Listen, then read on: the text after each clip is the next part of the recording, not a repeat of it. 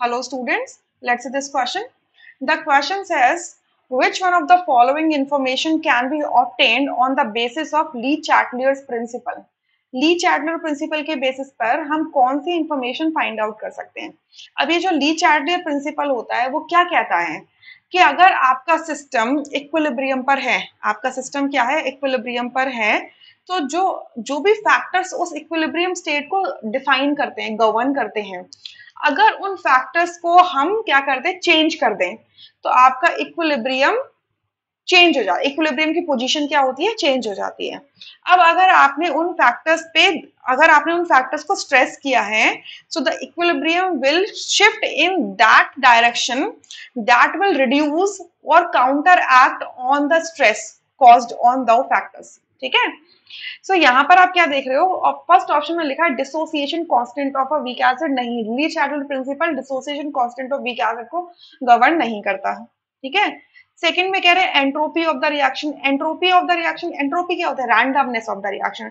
So Le Chatelier principal randomness of the reaction को भी नहीं बता सकता। ठीक है, थर्ड में कह रहे हैं equilibrium constant of a chemical reaction. Equilibrium constant क्या होता है, अगर आपका एक केमिकल रिएक्शन है आर चेंजिंग इनटू पी, ठीक है, सो इसके लिए इक्विलिब्रियम कांस्टेंट क्या हो जाएगा, concentration of product upon concentration of reactant.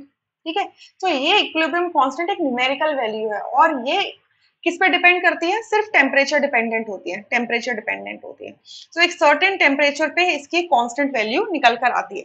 So Le Chatelier principle equilibrium constant की वैल्यू को अफेक्ट नहीं करता है। Equilibrium constant is a constant value at a constant temperature, right? So it is not affected by the Lee Chatelier principle. Clear? Fourth में लिखा है shift in the equilibrium position on changing value of a constant. बिल्कुल true, सही बात है। ठीक है, सही बात है। जैसे ये रिएक्शन है, इसका ये जो इक्विलिब्रियम स्टेट है ये किन फैक्टर्स पर डिपेंड करेगा, टेम्परेचर पर, ठीक है, प्रेशर पर, वॉल्यूम पर, कॉन्सेंट्रेशन पर, ठीक है, इनर्ट गैस पर, इन पे करेगा। सो मान लो कि ये रिएक्शन टेम्परेचर प्रेशर, मान लो टेम्परेचर पर, टेम्परेचर इसका एक कांस्टेंट फैक्टर है। अगर आपने टेम्परेचर, अब ये रिएक्शन कैसा है, एक्सोथर्मिक है, हीट रिलीज हो रही है। ठीक है, हीट रिलीज हो रही है, तो इसकी जो इक्विलिब्रियम पोजीशन है इसमें हीट रिलीज हो रही है, इसमें इक्विलिब्रिया ये बन रहा है, और आप क्या कर दो कि टेम्परेचर को क्या कर दो, इंक्रीज कर दो। ये टेम्परेचर कांस्टेंट रहना चाहिए था, क्योंकि ये जो इक्विलिब्रियम स्टेट है इस टेम्परेचर से गवर्न होती है, इसका एक कांस्टेंट वैल्यू है। लेकिन आपने टेम्परेचर को चेंज कर दिया, इसकी कांस्टेंट वैल्यू को चेंज कर दिया, तो ये इक्विलिब्रियम क्या होगा, शिफ्ट हो जाएगा इधर टू द राइट और टू द राइट, लेफ्ट।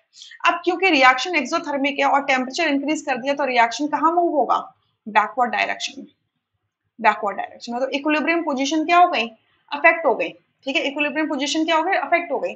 ये किस बेसिस पे हुआ, ली चैटलियर प्रिंसिपल के बेसिस पे हुआ, जो कहता क्या है कि अगर आपका सिस्टम इक्विलिब्रियम पर है और उसके इक्विलिब्रिया पोजीशन को डिफाइन करने वाले फैक्टर्स को अगर आप चेंज कर देते हो, उन पे स्ट्रेस कॉज करते हो, तो आपका जो इक्विलिब्रियम पोजीशन है वो शिफ्ट होती है to counteract that stress, उस स्ट्रेस को काउंटर एक्ट करने के लिए। ठीक है, सो फोर्थ ऑप्शन करेक्ट है, rest options would be incorrect.